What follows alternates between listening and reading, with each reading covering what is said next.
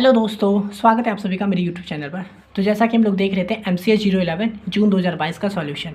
ठीक है, ये पार्ट 8 वीडियो है, यानी मैंने इससे पहले इसका जून 2022 का 1 का ABC, 2 का AB, 3 का AB डाल दिए हैं और आज हम लोग 4 का A नंबर देखेंगे। ठीक है, तो ये क्वेश्चन क्या कर रहा है, define function, how are function declared in C language, what are function prototype and what is the use of return statement. ठीक है, तो ये क्वेश्चन जो है ना, ये थ्योरी वाला है, मतलब इसको लिखना है, एक्सप्लेन करना है। इससे पहले मैंने जितना बताया था सब में प्रोग्राम था। ठीक है, मैंने सबको आपको अच्छे से रन करके दिखा दिया है। अगर आप ये डायरेक्ट वीडियो देख रहे हो तो आप ये पूरा प्लेलिस्ट को फॉलो कर लीजिएगा। ठीक है, मैंने डिस्क्रिप्शन में लिंक दे दिया है पूरे प्लेलिस्ट का, आप वहाँ से देख सकते हो सारा प्लेलिस्ट को। ठीक है, तो ये क्वेश्चन देखिए क्या है, डिफाइन फंक्शन। फंक्शन क्या होता है? तो in computer programming a function is a block of code that performs a specific task and can be reused throughout a program. ठीक है, तो ये फंक्शन क्या होता है ना, एक तरह से मान लीजिए बॉक्स है। ठीक है, आप इस बॉक्स में कुछ लिखे, ठीक है, और आप आगे आपके पास बहुत लंबा सा कोड है। ठीक है, तो आपको जहाँ जहाँ पे मान लीजिए यूज़ करना है ना, तो आपको बार बार इस कोड को लिखने का ज़रूरत नहीं है। बस आप ये उठा के इस फंक्शन को उठा के लिख दोगे तो ये कोड अपने आप यहाँ पे यूज़ हो जाएगा। बार बार आपको इतना कोड लिखने का ज़रूरत नहीं है। ठीक है, तो इन सिंपल भाषा में वही हुआ, इन कंप्यूटर प्रोग्राम में a function is a block of code, ठीक है, that performs a specific task, मतलब कोई टास्क के लिए यूज़ होता है, और can be reused throughout a program, मतलब उसको हम लोग कितनी बार भी यूज़ कर सकते हैं पूरे प्रोग्राम में। ठीक है, function are use to break down large program into smaller, making it easier to write, read and maintain code. ठीक है, मतलब फंक्शन का क्या काम होता है, ब्रेक डाउन, अगर मतलब बहुत बड़ा कोड को है ना, तो उसको छोटे छोटे पार्ट में डिवाइड कर देता है, और उस जिसकी वजह से कोड एकदम क्या रहता है, दिखने में आसान होता है, लिखने में भी आसान होता है, और उसको अच्छे से मेंटेन भी कर सकते हैं। अब ये छोटे मोटे कोड के लिए, मान लीजिए आप किसी कंपनी के लिए कोड लिख रहे हो, बहुत बड़ा सा कोड है, 2000-4000 लाइन के लिए, तो वहाँ पे आपको ये फंक्शन बहुत अच्छे से काम करेगा, क्योंकि आप छोटे छोटे भाग में फंक्शन को बना दोगे। ठीक है, और जब भी उसका यूज़ होगा तो आप यूज़ कर दोगे यहाँ पे फंक्शन, इस फंक्शन को कॉल करोगे तो ये कोड यूज़ हो जाएगा यहाँ पे। फिर मान लीजिए कभी यूज़ करना है तो इस फंक्शन को यहाँ पे कॉल कर दोगे, ये यूज़ हो जाएगा। इससे क्या होगा, आपको लिखने में भी आसानी होगा। ठीक है, देखने में भी, जो देखेगा उसको भी आसानी होगा कि हाँ देखिए यहाँ पे फंक्शन लिखा है, इसको यहाँ पे यूज़ किया है, सिंपल। और हम लोग मेंटेन भी कर सकते हैं। मान लीजिए कभी फ्यूचर में कुछ चेंज करना हो तो हम लोग को सब जगह चेंज करने के बजाय मैं डायरेक्ट यहाँ पे आऊँगा, यहाँ पे चेंज कर दूँगा इस फंक्शन में, ये यहाँ पे भी काम करने लगेगा, यहाँ पे भी काम करने लगेगा। ठीक है, तो इस तरह से होता है ये फंक्शन। ठीक है, तो अब हम लोग को क्या बोलता है, डिक्लेयर्ड, कैसे डिक्लेयर होता है, यानी कि सिंटेक्स क्या है इसका, तो यहाँ पे क्या हो जाएगा, ये एक रिटर्न टाइप होगा, यही जो हम लोग लिखते हैं इंट कैर होता है ना, मतलब रिटर्न टाइप इंट हो गया, वॉइड हो गया, है ना।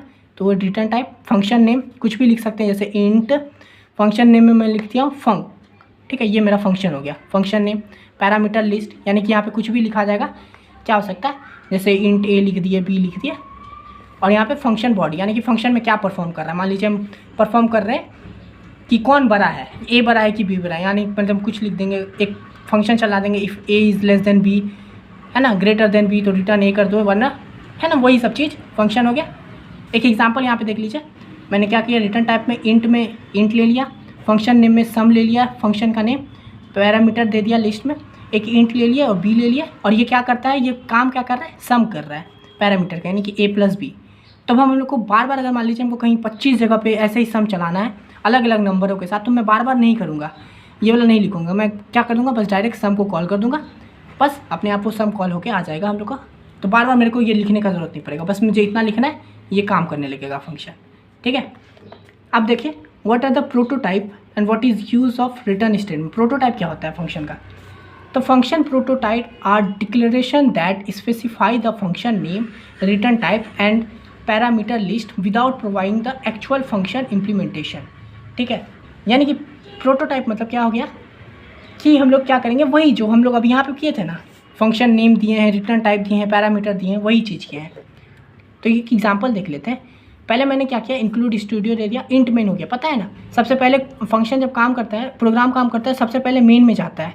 तो मेन फंक्शन में आया तो यहाँ पे देख रहा है फंक्शन 30 दिया हुआ है। ये फंक्शन क्या है, ये तो फंक्शन हमको पता ही नहीं है ना, ये फंक्शन कहाँ से आ गया इंट मेन में। तो देखिए नीचे हम लोग का यहाँ पे दिया हुआ है, ये फंक्शन जो है ये क्या है, तो वॉइड है, यानी रिटर्न टाइप, फंक्शन नेम, एक पैरामीटर डाल दिया इंट एक्स, और क्या किया है, the value of x is %d(x), यानी कि एक्स का वैल्यू यहाँ पे प्रिंट हो जाएगा। ठीक है, तो बस वही किया है। तो हम लोग यहाँ पे फंक्शन 30 दिए हैं, यानी कि ये आएगा, यहाँ पे आएगा, देखिएगा क्या चाहिए, ये फंक्शन का नेम है, हाँ इंटेक्स ये पैरामीटर है, तो यहाँ पे बस क्या करेगा, इस 30 को प्रिंट कर देगा। तो ये इस तरह से वही फंक्शन प्रोटोटाइप, मतलब वही उसका declaration that specify function name है ना, फंक्शन नेम दे दिए,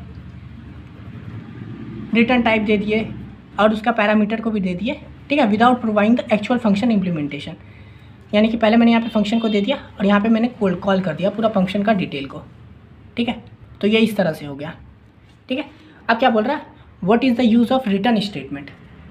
रिटर्न स्टेटमेंट का क्या यूज़ होता है, the return statement is use to return a value from a function. Simple, क्या लिखा है, the return statement is use to return a value from a function. मतलब रिटर्न स्टेटमेंट क्या होता है, रिटर्न करता है वैल्यू को रिटर्न करता है फंक्शन में से, ठीक है। The value return by the function can be used in expression और assigned to a variable. If the function does not return a value it's return type of void, ठीक है। तो मतलब सिंपल आप समझिए, the return statement is use to return a value from a function, ठीक है।